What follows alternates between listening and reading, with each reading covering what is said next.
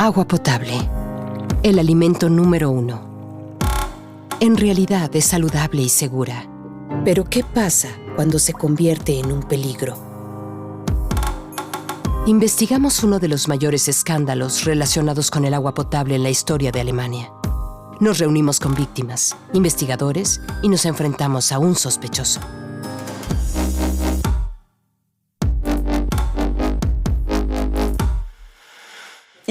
Crecí aquí de niña. Creo que la casa es de 1969. Tenemos una naturaleza preciosa. La selva negra está a la puerta de la casa.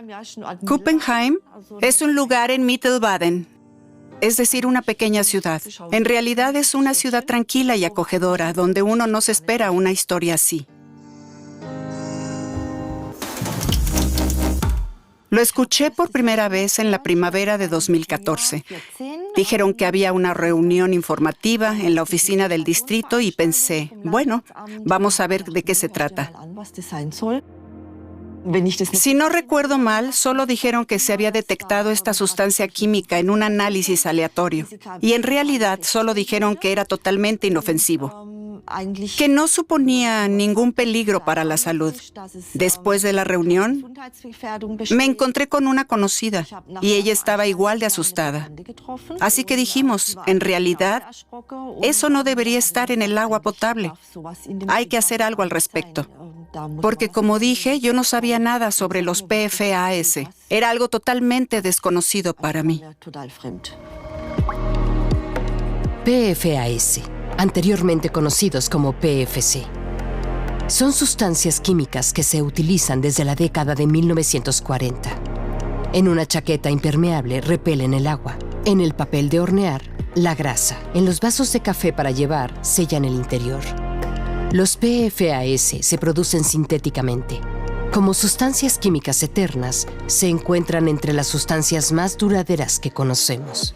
Hoy sabemos que los PFAS pueden ser perjudiciales para las personas y el medio ambiente. Incluso se sospecha que pueden provocar cáncer. Por lo tanto, definitivamente no son sustancias que queramos tener en el agua potable. Al día siguiente me fui, compré botellas de agua. También dije que me parecía demasiado peligroso.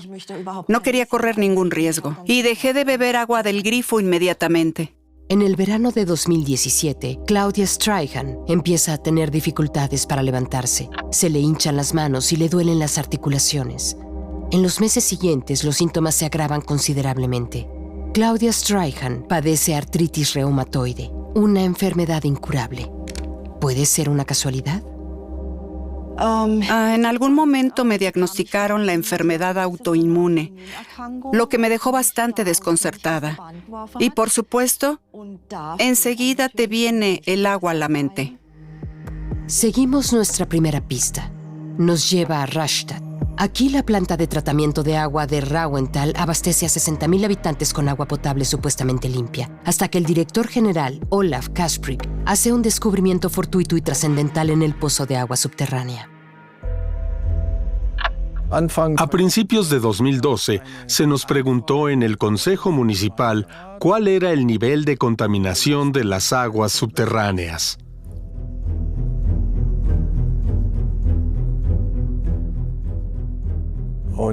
Y en ese contexto, se descubrió que todo estaba en orden. Es decir, el agua era excelente, pero con una única contaminación que, en aquel momento, el laboratorio consideró excepcional. Y eso era ya entonces el PFC, los valores actuales de PFAS. Pero, ¿cómo llegan los productos químicos industriales al agua potable? ¿Y cuánto tiempo llevan ahí? Olaf Kasprick empieza por recopilar datos. Durante un año, la población no sospecha nada del aumento de la contaminación del agua potable. Cuando el valor alcanzó un determinado rango, me dejaron solo. Todos los demás dijeron que era mi decisión. Y entonces tomé la decisión a tiempo. Tras una noche en vela, decidí cortar el suministro de agua. Ahora Kasprick debe informar a la opinión pública. Solo ahora las 60,000 personas del distrito de Rastatt se enteran de que el agua potable está contaminada con PFAS. Esto inquieta y molesta a muchos residentes, entre ellos Ulrich Schumann. Sin embargo, no se informó a la población en general, es decir, a todos, sino solo a través de la prensa, por lo que personas como yo, que no leen la prensa diaria, o muchas otras personas, no sabían nada al respecto. También se les debería haber informado. Por eso se elaboró este folleto y se distribuyó a todos los hogares. Y ahí ya está escrito: el suministro de agua potable de Kuppenheim no está garantizado, porque teníamos la sensación de que las autoridades decían: sí, no es tan grave, sí, todo está seguro, todo está bien, todo es inocuo, no hay peligro por los PFC. Siempre me ha parecido un poco incomprensible que no se haga nada al respecto. Es preocupante cuando al mismo tiempo se dice: su lugar de residencia está especialmente afectado, porque el pozo que abastece de agua potable a Claudia Streihan y a Ulrich Schumann es uno de los más contaminados con PFAS. Bebo el agua potable aquí, sí, no me advirtieron y por eso desde el principio tuve claro que lo llevaba en la sangre. El hecho de que aquí, en la cuenca del Alto Rin, una zona sin riesgos y llena de agua, de repente tuvieras que lidiar con una contaminación así. No ha sido fácil para ninguno de los proveedores de agua. Y por supuesto, todos han tenido que analizar el agua subterránea en busca de PFAS. Cuando nos dimos cuenta del alcance de la contaminación en el agua potable, en algunos casos muy elevada, me hizo pensar en lo vulnerable y sensible que puede ser nuestro suministro de agua potable. El suministro de agua potable y la salud de unas 200,000 personas en la región de Mittelbaden está en peligro. Y aún no está claro cómo llegaron los PFAS al agua. La empresa municipal de servicios públicos de Rastatt, otro proveedor de agua, y la ciudad de Baden-Baden han presentado una denuncia contra desconocidos. Solo ahora las autoridades locales comenzaron a investigar oficialmente. Por supuesto que fue un shock. Es decir, es la primera vez que ves un producto químico industrial en el agua potable.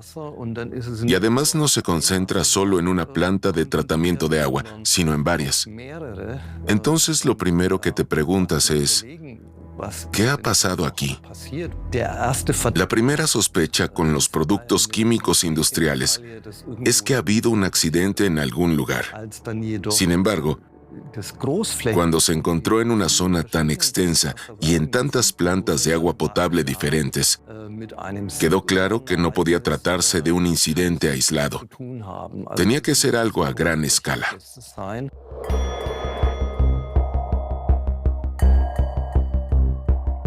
Tras una larga investigación, las autoridades encuentran una pista decisiva en unos campos de cultivo de la región. Sí, aquí estamos en un campo de cultivo en Hügelsheim. Este es uno de los primeros campos en los que se detectaron PFAS. Aquí había indicios de que los PFAS se estaban filtrando al agua subterránea desde este campo. Las autoridades toman muestras del suelo y del agua subterránea. Se analizaron los puntos de medición de las aguas subterráneas que se encuentran en el bosque. No se encontraron PFAS allí, pero sí en el pozo sustitutivo. Así que en realidad solo quedaba esta franja de cultivo que podía causar una entrada de PFAS. Detectamos concentraciones muy elevadas de PFAS en este campo. Desde este campo, los PFAS pasan a las aguas subterráneas y acaban llegando a los pozos de agua potable. Se ha encontrado la fuente de la contaminación por PFAS y con ella también el primer lugar de los hechos. Pero ¿cómo llegaron los productos químicos a este campo? Preguntamos a los agricultores de la región. Sin embargo, solo Eric Rice quiere hablar con nosotros. Sí, en aquel entonces las autoridades realizaron análisis del suelo. Dijeron que iban a analizar las superficies y nos preguntaron dónde habíamos esparcido compost y en qué superficies. Y esas superficies fueron las primeras en analizarse. Sí, cuando se supo que probablemente provenía del compost, fue un shock, por supuesto. Sí, fue entre 2006 y 2008 cuando se esparció. ¿Cuánto calculamos que fue? No lo sé. 500 toneladas. Pero este compost se analizó normalmente para detectar metales pesados y todo estaba en orden. En aquel entonces, el compost aún no se analizaba para detectar PFAS, ya que no era un parámetro exigido por la ley. Se trata de fibras de papel sintéticas que también tienen un contenido muy elevado de PFAS. La gran contaminación se debió en realidad a la enorme cantidad de lodos de papel que se vertieron aquí, en los campos. Tenemos que partir de unas 100,000 toneladas para todo el periodo. Los agricultores reciben el compost de forma totalmente gratuita. Nadie parece sospechar nada. Y así es como los residuos de papel acaban en más de 3,000 campos de la región. ¿Se arrepiente Rice de su comportamiento? Era la mezcla. Había compost. No es que esparciéramos PFC puro. Sí, se descubrió en 2014. Ese año también tuvimos el problema de que tuvimos que destruir un campo de fresas. Lo habíamos cuidado durante todo el año. Solo quedaba la cosecha. Se analizaron los frutos y se llegó a la conclusión de que había que destruirlos. Eso supuso un perjuicio de 80,000 euros. De las 140 hectáreas de tierra de cultivo que explotamos, entre el 60 y el 70% están contaminadas con PFAS. ¿Me culpo a mí mismo? En parte. Quizá. Pero, en realidad, solo queríamos lo mejor para nuestro suelo. En realidad. El compost de los campos de Eric Rice procede de un fabricante local. Otros agricultores también afirman que la empresa Umweltpartner Vogel AG les regaló el compost. Nos reunimos con el director general. Me llamo Franz Vogel. Tengo 69 años y empecé con el compostaje en 1987. La idea era sencilla: mejorar la tierra y producir humus, un suelo sano, una vida sana, personas sanas.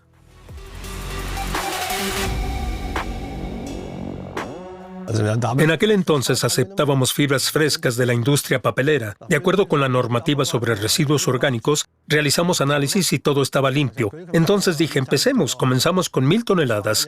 Las fibras frescas las compostábamos y luego las entregábamos a la agricultura. En 1999 se realizaron las primeras pruebas. Más tarde, en 2003 y 2004, llegaron más. Hasta 2005, 2006. En 2008 lo dejamos. Recordemos que se trataba de un total de 100,000 toneladas de lodos de papel. Con ello, Vogel y su empresa superan el límite permitido. Es cierto, aceptábamos más de lo que podíamos. Durante 3 o 4 años aceptamos fibra de papel, aunque no teníamos la autorización. En 2008 se me prohibió seguir aceptándola y entonces tuve que pagar una multa. En ese momento tuve claro que había hecho algo mal y que tenía que asumir mi responsabilidad. Una infracción por la que deberá pagar una multa de 40,000 euros. En comparación, Vogel recibirá 1,7 millones de euros por aceptar los residuos de papel. Y todo ello en apenas 3 años. ¿Pero sabía él de los PFAS? Me enteré por la prensa de que teníamos PFAS o PFC, como se llamaba entonces, en nuestro compost. Las autoridades buscaban PFC y vinieron a nuestra granja y nos dijeron que éramos sospechosos.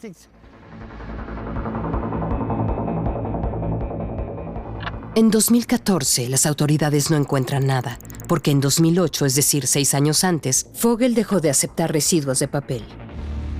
En mi opinión, esta eliminación de lodos de papel era un vertido de residuos a gran escala. Así es como funcionaba el negocio de los residuos de papel. El fabricante de compost Vogel recoge los residuos de la industria papelera y cobra por ello. Mezcla los residuos con su compost.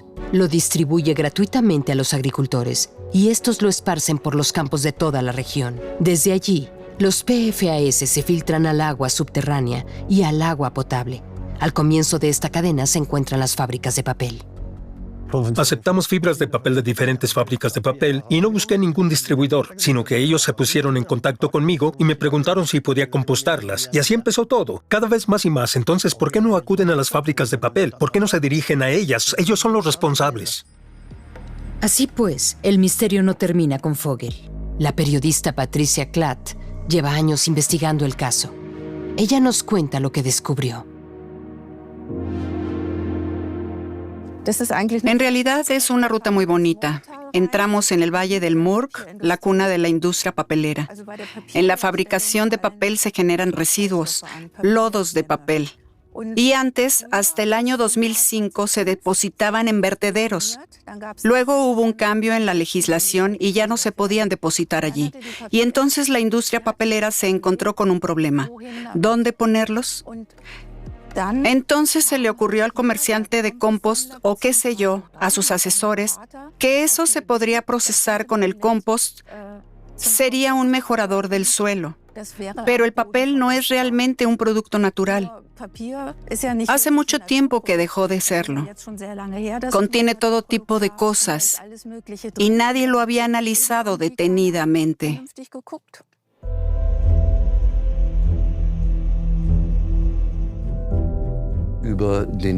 A través de la presidencia del gobierno regional, se realizaron contactos para averiguar qué fábrica había efectuado el primer suministro y, en segundo lugar, si habían utilizado ese tipo de barreras y recubrimientos. El resultado de esta consulta fue que 14 fábricas de papel diferentes habían realizado el suministro.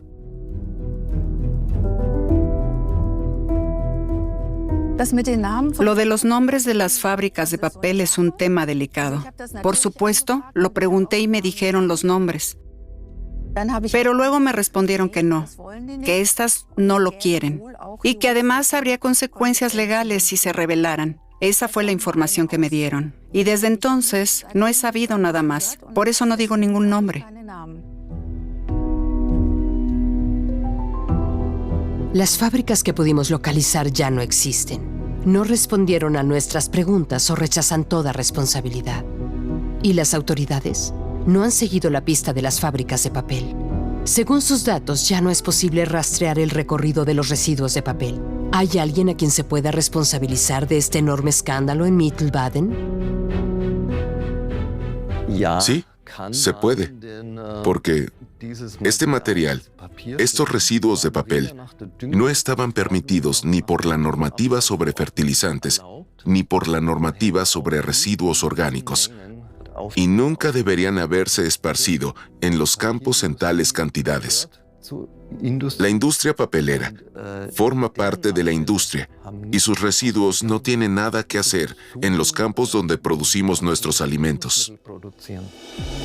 Cuando en 2014 se reveló el alcance de la contaminación por PFAS, muchos residentes se sintieron inquietos. Durante años habían bebido agua del grifo y consumido alimentos de la región. ¿Habían ingerido así las sustancias químicas? Muy rápidamente, también en agosto de 2014, planteamos las mismas preguntas a diferentes autoridades. Si no sería conveniente realizar un análisis de sangre. Sí, porque para nosotros era lo más natural del mundo, que se analizara la sangre de las personas. En realidad se analizó todo. Se analizaron los jabalíes, se analizaron las verduras, se analizaron los suelos, pero las personas, nunca se ha hablado de eso. El distrito no ha respondido de inmediato a la petición de la iniciativa ciudadana de realizar análisis de sangre. Se ha reflexionado al respecto. Sin embargo, en ese momento era muy difícil obtener una evaluación de los valores sanguíneos por parte de la autoridad sanitaria o de la Comisión de Biomonitorización Humana. Lo hicimos por nuestra cuenta. Sí, por supuesto que éramos un grupo, entre 10 y 20 personas. Los resultados fueron claros. La media de los análisis, es decir, los valores eran 5 veces superior a los valores de referencia que en aquel entonces se consideraban peligrosos.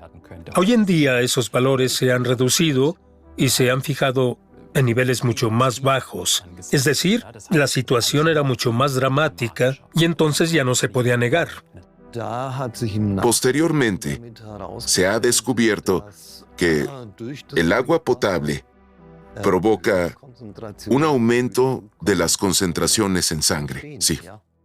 Me vacunaron en julio de 2017. Por supuesto, en el prospecto también decía que podía provocar o agravar una enfermedad autoinmune.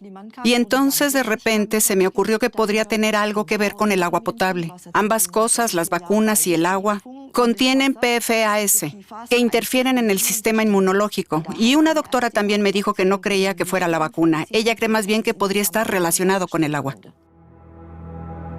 Sin embargo, no se ha podido demostrar que exista una relación. Claudia Strahan sigue teniendo dudas y miedo.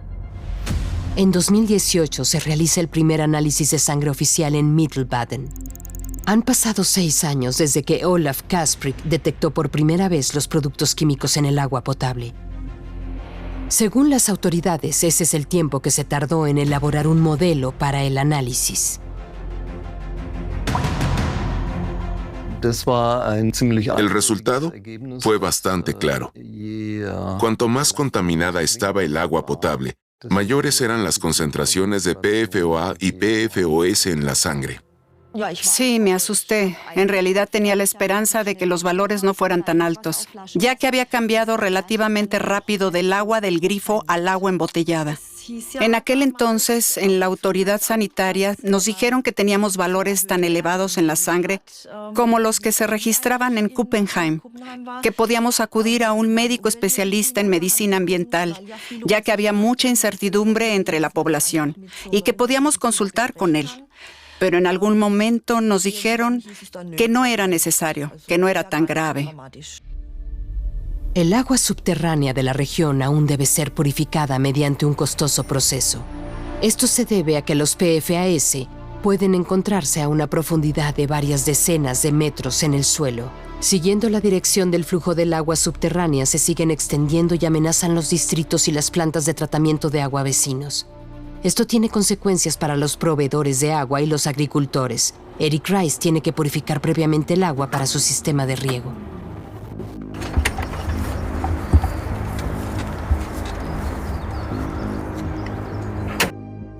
Aquí estamos ahora en la planta de purificación de PFAS. La planta costó aproximadamente 50.000 euros. Y por supuesto, tiene unos gastos corrientes de unos 6.000 euros al año.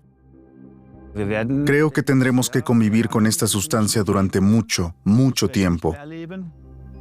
Yo no veré que la situación mejore, probablemente. Y mi hijo, si tiene la fuerza para involucrarse en esto, ¿verá él entonces que la situación mejora? No tengo esperanzas.